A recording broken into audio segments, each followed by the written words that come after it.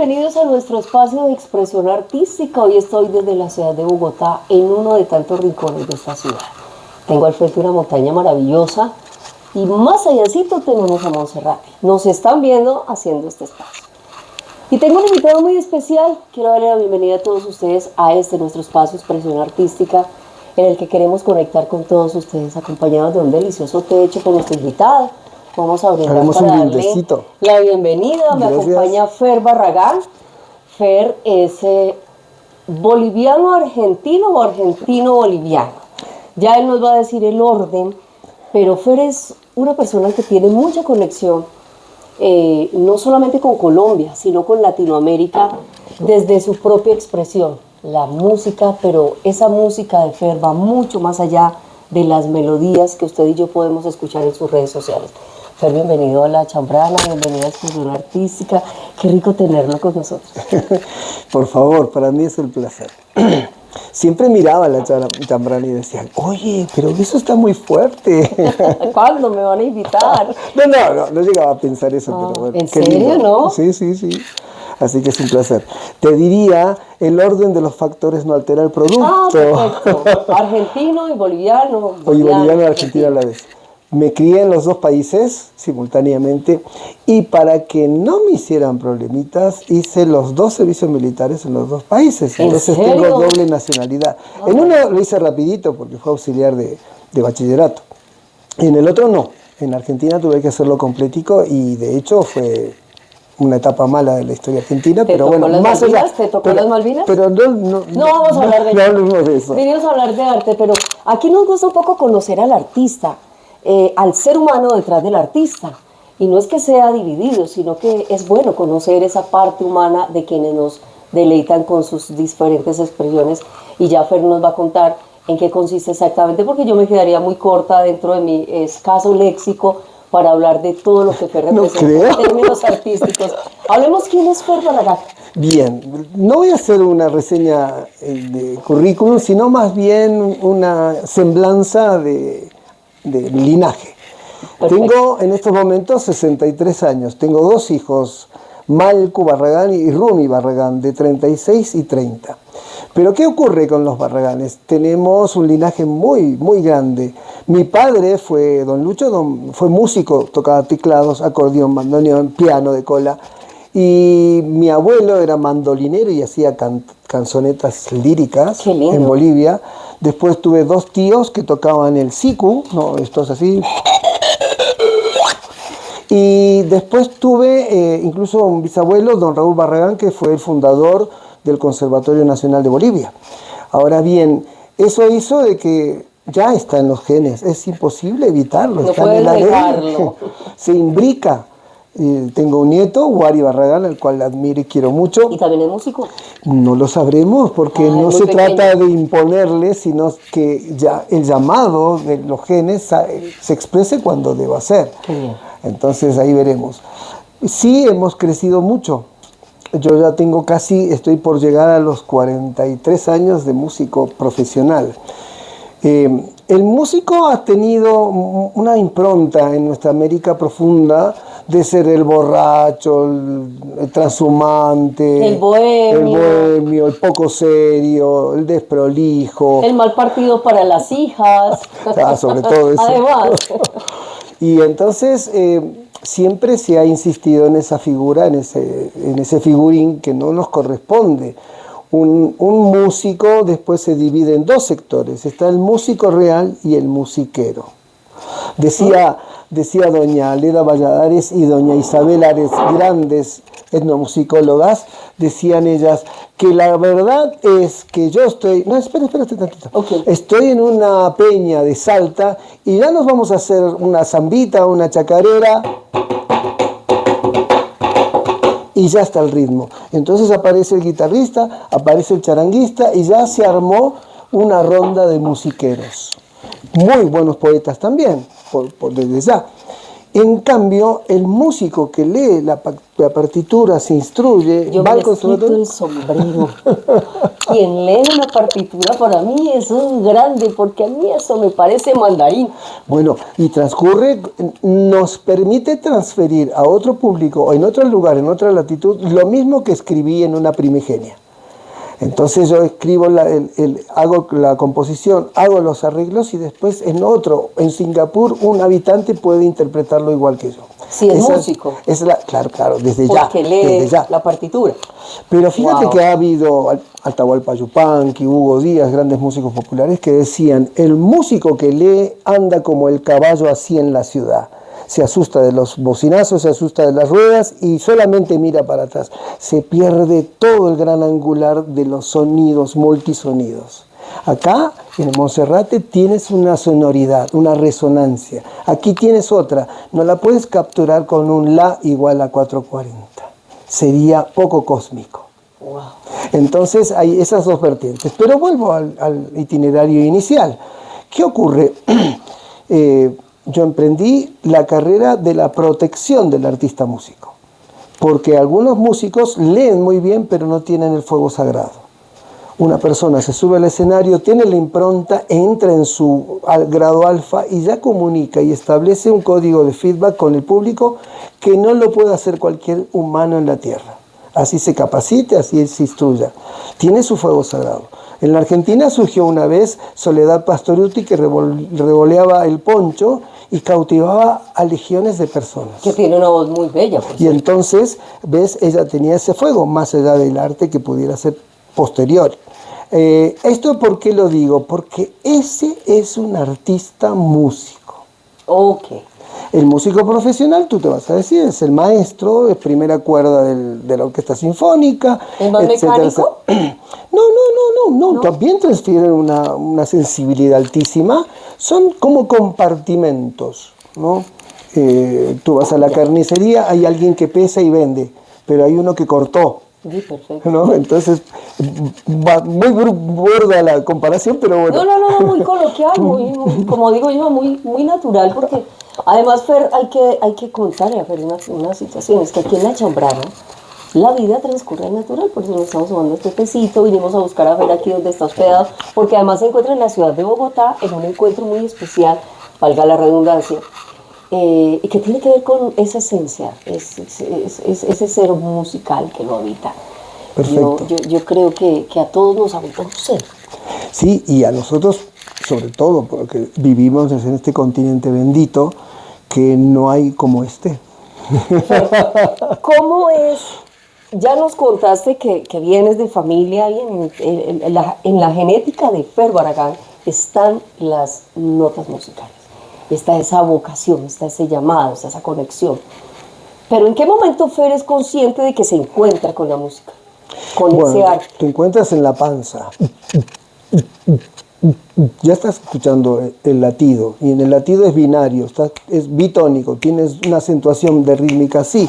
Entonces es fácil que camines y tocas en la pared, tum, tum. Y también puedes hacer esto. Y ahí vas haciendo musicalidad. Ahora, te lo asocio con la primera explicación. Vengo de músicos y después el acto posterior es ser docente de música. Y aceptar el llamado, aceptar esa vocación. Claro. Y decir, listo, me enruto por este camino. Sí, porque además es una tarea hermosísima, genera una pasión que a veces la misma música es instantánea, te la da un ratito, subo al escenario y toco, como dicen los auténticos decadentes, y que el mundo se apasione por mi voz. Que nos gusta. Y entonces, lo que ocurre después de ese momento es que tú como docente trasvasas una pasión en el alumno, en el educando, que lo va a recibir no la teoría, sino ese pulsar. Hay una conexión de las melodías, indistintamente del ritmo que sea, con la esencia, con lo que somos, con ese ser espiritual que habita en este estuche material. Sí, y con la impronta y la folcloralidad que le da cada nación, cada país-estado, porque acá tenemos una sonoridad que es distinta a la de la Patagonia del Cono Sur. En la Argentina tenemos Misiones, una tierra rodeada por 2 ríos, es mesopotámico, y ahí existe todo el culto guaraní, la etnia guaraní, incluso se comparte con Paraguay y con el sur de Brasil. Estamos hablando de la zona donde están las cataratas de Iguazú. Exacto, entonces ahí es hermosísima esa nación. Paraguay no tiene discernimiento. Tengo una cita pendiente en las cataratas de Iguazú. Con razón. Voy a tener que ir. Con todo gusto, y además te va a recibir tanto Cataratas tiene su triple frontera, Sí, es cierto, ¿no? que es muy fuerte, está Brasil, Paraguay y Argentina. Pero hablaba de que la escolaridad en Paraguay, todo el mundo habla guaraní, no es un idioma indígena denostado. Hablamos castellano y ustedes no, váyanse lejitos, periferia, hablan guaraní. No, el abogado, el arquitecto, el pensionado habla guaraní. Igualito que en Colombia. Pero tienen el muscudum, que es tremendo, ¿no? Bien, ahora, volviendo a la escena, cuando transfieres ese conocimiento le damos esa potestad a los alumnos y después también los dejamos como ave que toma su vuelo, dejamos que hagan su búsqueda, buscarán por el lado electrónico rockero, buscarán por el lado meditativo de relajación, buscarán por el tema de las culturas autóctonas, buscarán por el tema de la diversidad del baile. No nos olvidemos que ulteriormente está la danza, el baile frenético, ¿no? Entonces tú vas a tener champeta, vallenato, todo tipo acá, y nosotros ahora tenemos la cumbia villera, tenemos el chamamé y tenemos tantos ritmos. Cada nación tiene un plafón y una amalgama gigantesca de rítmicas que tienen que ver con un pulsar. La persona que sube, baja abajo de la tierra, toma el metro, el subterráneo, tiene esa constancia. Entonces su sonoridad siempre va a repercutir en ciertas rítmicas y en cierto folclore que esa persona mama y escucha. Todo eso se hace una amalgama gigantesca que le llamamos folclore. Hoy ya lo tenemos totalmente internalizado.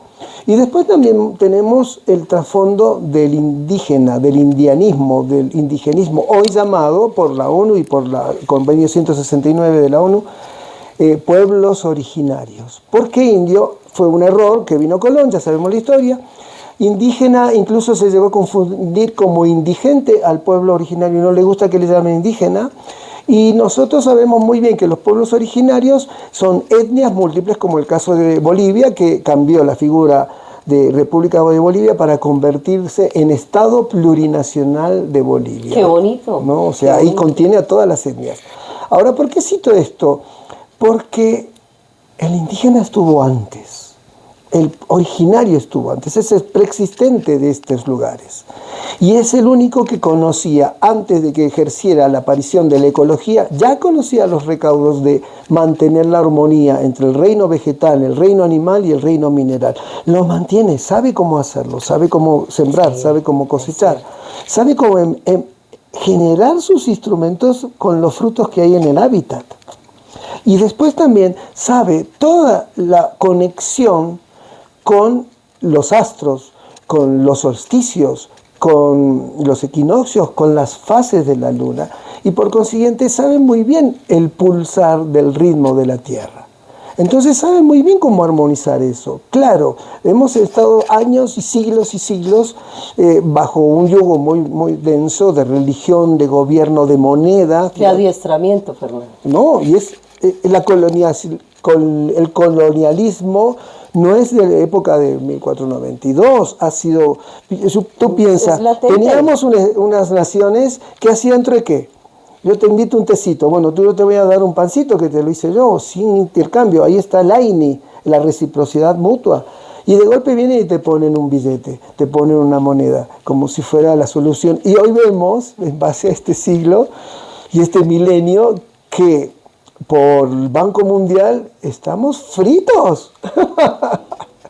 Por consiguiente, después viene el conocimiento de los ciclos vitales. Veo los astros, veo el ciclo vital. ¿Cómo es el ciclo vital? Nacemos, nos gateamos, apenas caminamos, ejercemos, nos meten en la cadena de inicial, primaria, secundaria, y después si quieres hacer terciaria te vuelves un esclavo, y después viene la decrepitud del cuerpo, y después va a venir tu vejez y tu muerte. En el medio, si tienes descendencia, porque hoy también cuestionan descender o no descender. Y entonces, ante esa situación, tienes tus hijos, los haces criar, los haces crecer, que vuelen, y de vuelta te quedas solo. Y entonces ya te enfrentas con la muerte. Nos invadieron con religiones que hablan sobre eso de una manera no natural, cuando el pueblo originario sabe muy bien cómo debemos partir, nos preparamos para eso. Entonces las músicas son proclives para andar acompañando a los seres femeninos, a los seres masculinos, a todos los seres que quieran habitar este suelo, y entonces cuando tengan que despedir es el mínimo común denominador.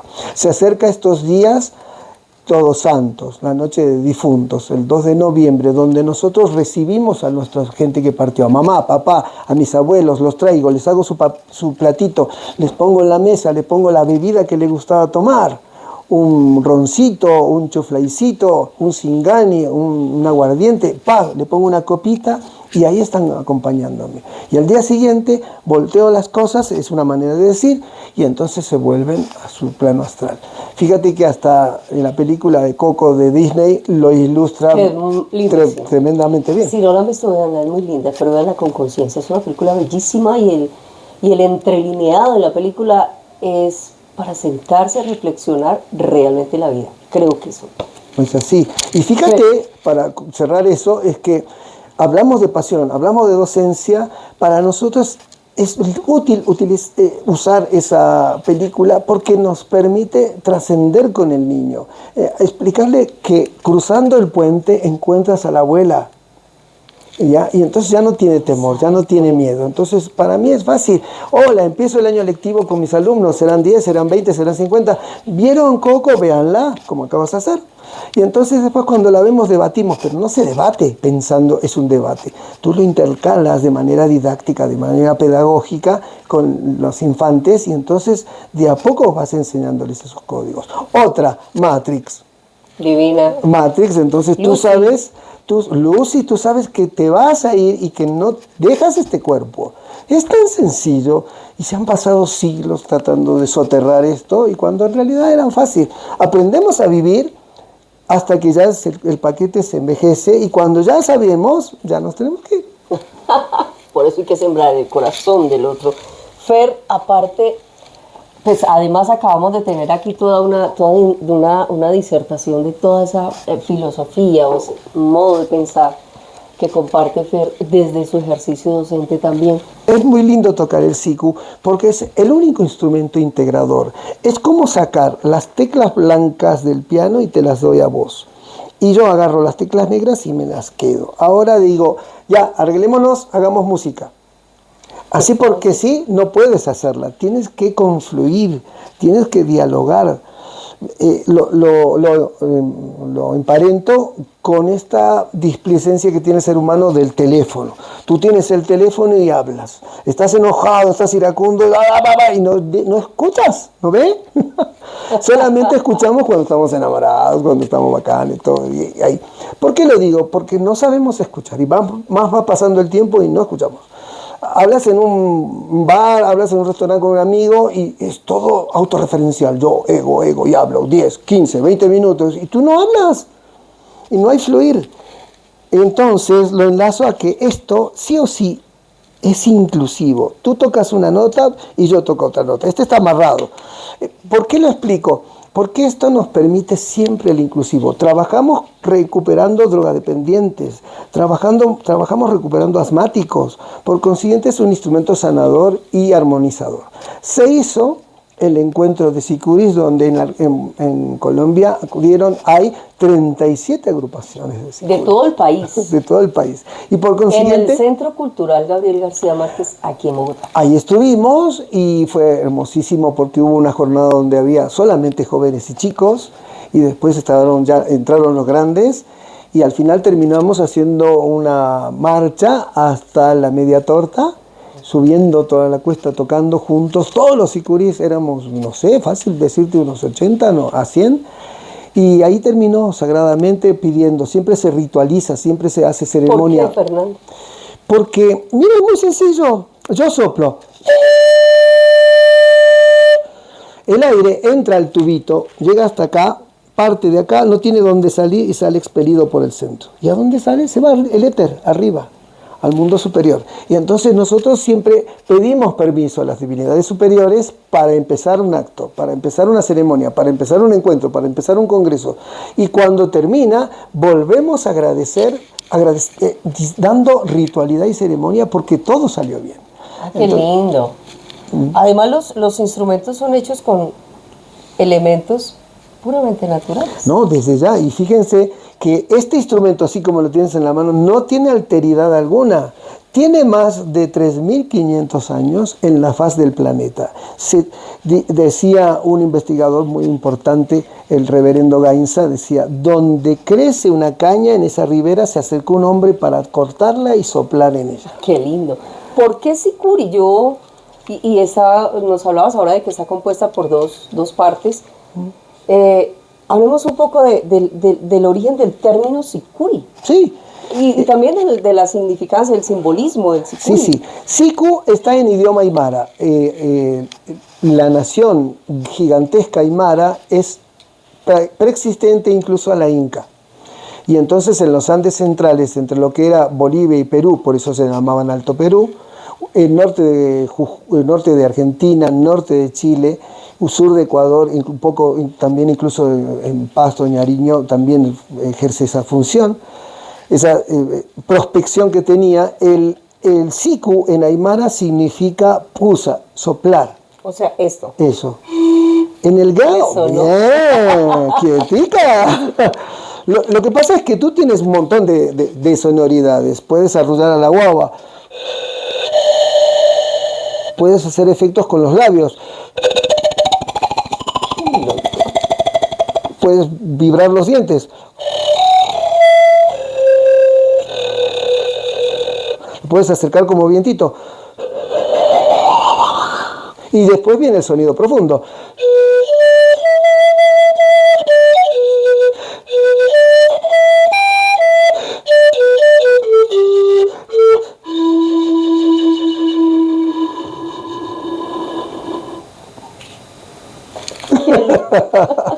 Y además hoy en este tiempo también es terapéutico. En este tiempo de relajación, de yoga, de metafísica, a veces vienen las personas a armonizar su chakra, su alma, su estado. De hecho hay melodías y frecuencias que son hechas precisamente... Desde ya. Son realizadas con instrumentos como quena, como flautas. Y estos instrumentos, arpa, incluso violín, y son frecuencias sanadoras. Pues. Absolutamente. Y por eso se ha ampliado el registro. No nos encasillamos en que tengo que quedarme en el conservatorio, que bien me hace, o puedo ir al bodegón a tocar para levantarme los pesitos, pero también puedo sanar. Y también me puedo integrar con mi agrupación indígena en medio del Amazonas. Ahora que está tan de moda, hay un agotamiento de la sociedad occidental y de su vieja pseudo-iluminación. No era tanta. Y entonces hay un agotamiento de sus fuentes. De hecho, los conciertos de música clásica también ya están agotados. Hoy por eso sale la música contemporánea. Ahora, más bien de eso, lo que quiero decir es que hay una impronta de que estamos en el planeta ya en un estadio de fagosidad muy grande. Porque se incendian, como hemos visto hace poco, porque hay cataclismos, hay tifones. Piensa que en Arabia inventaron una maquinita para crear la lluvia, se les fue y ahora está todo desmadrado, ¿no? Y encima la ansiedad acumulativa del hombre moderno hace de que tengamos más. Ya no me conformo con una casa, ya no quiero un auto, quiero dos, ya quiero un yate y me quiero ir en barco y ya quiero tener avión. Es así, es compulsivo. Y nos olvidamos de que viviendo en armonía con la naturaleza, tenemos nuestro alimento. No tenemos que estar influyendo tanto tiempo en estas exigencias del modernismo. ¿Por qué lo cito? Porque también hay enfermedades.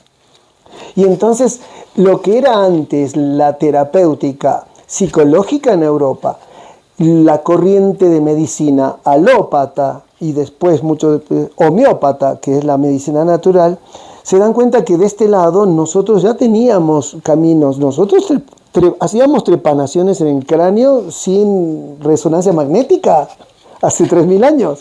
Por consiguiente, hoy se ve los caminos de sanación del pueblo originario como la gran panacea de la humanidad, porque cuando se hunda el Titanic, la orquesta que va a sonar son los sicuris.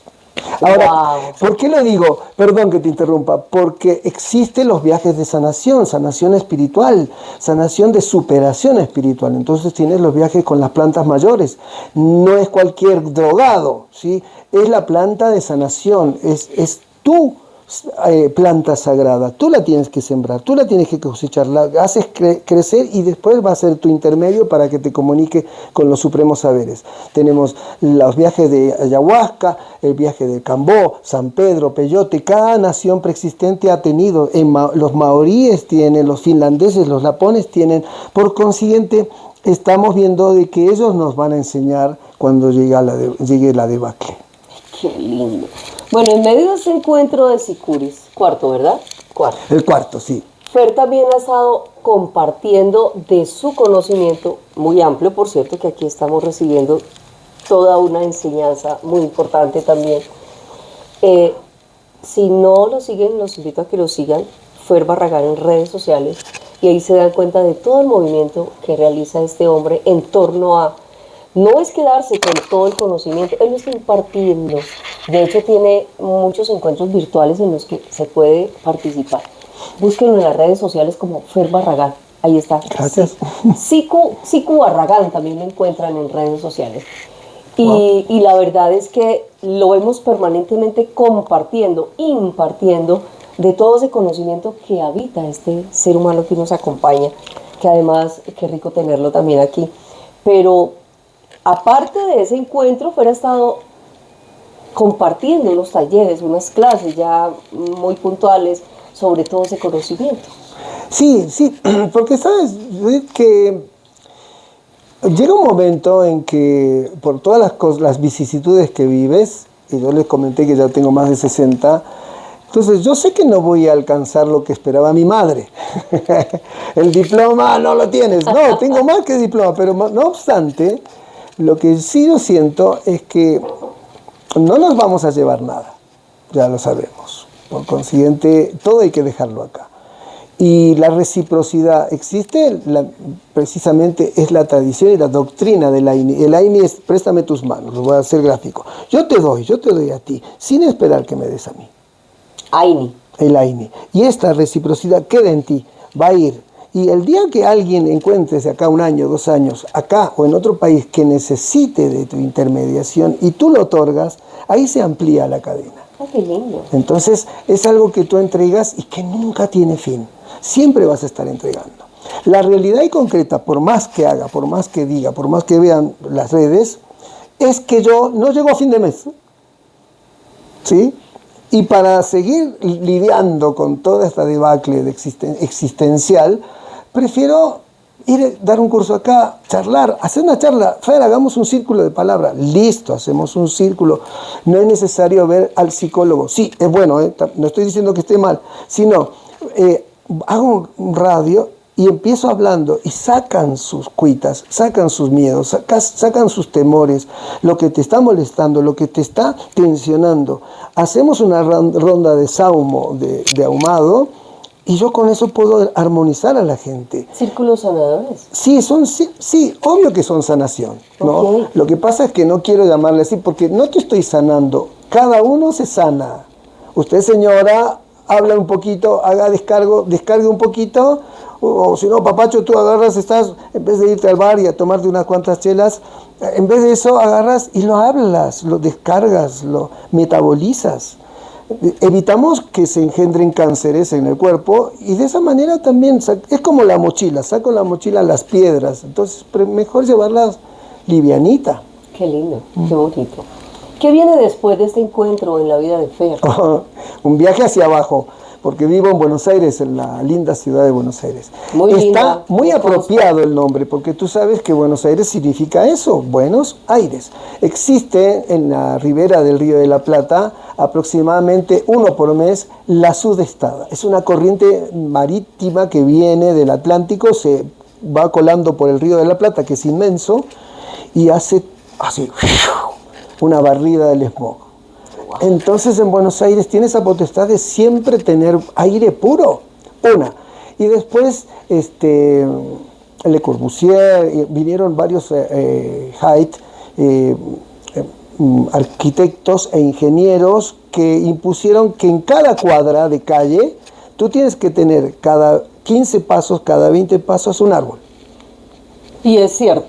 Entonces tienes semejante ciudad llenita de árboles, entonces crea oxígeno puro y entonces se vive bien en Buenos Aires. En el balcón del apartamento de mi hija, uno abre el balcón y está ahí el árbol, lo abrazan, todas sus ramas se meten al balcón y es una cosa maravillosa. Entonces ya, lo que nos aplaca son los gobiernos. Pues no vamos a hablar de gobierno. Hemos creado políticos y entonces estamos sobrepasados, tuvieron demasiada injerencia y estamos en un estadio continental en la que nos damos cuenta, ¿para qué tantos empleados? ¿Para qué tanta cosa? Entonces mejor vivamos. Ahora, volviendo a Buenos Aires, allí vivo. Fernando, en Colombia ya tienes que sumar una familia más. Por supuesto que sí, como no a los Cartagena.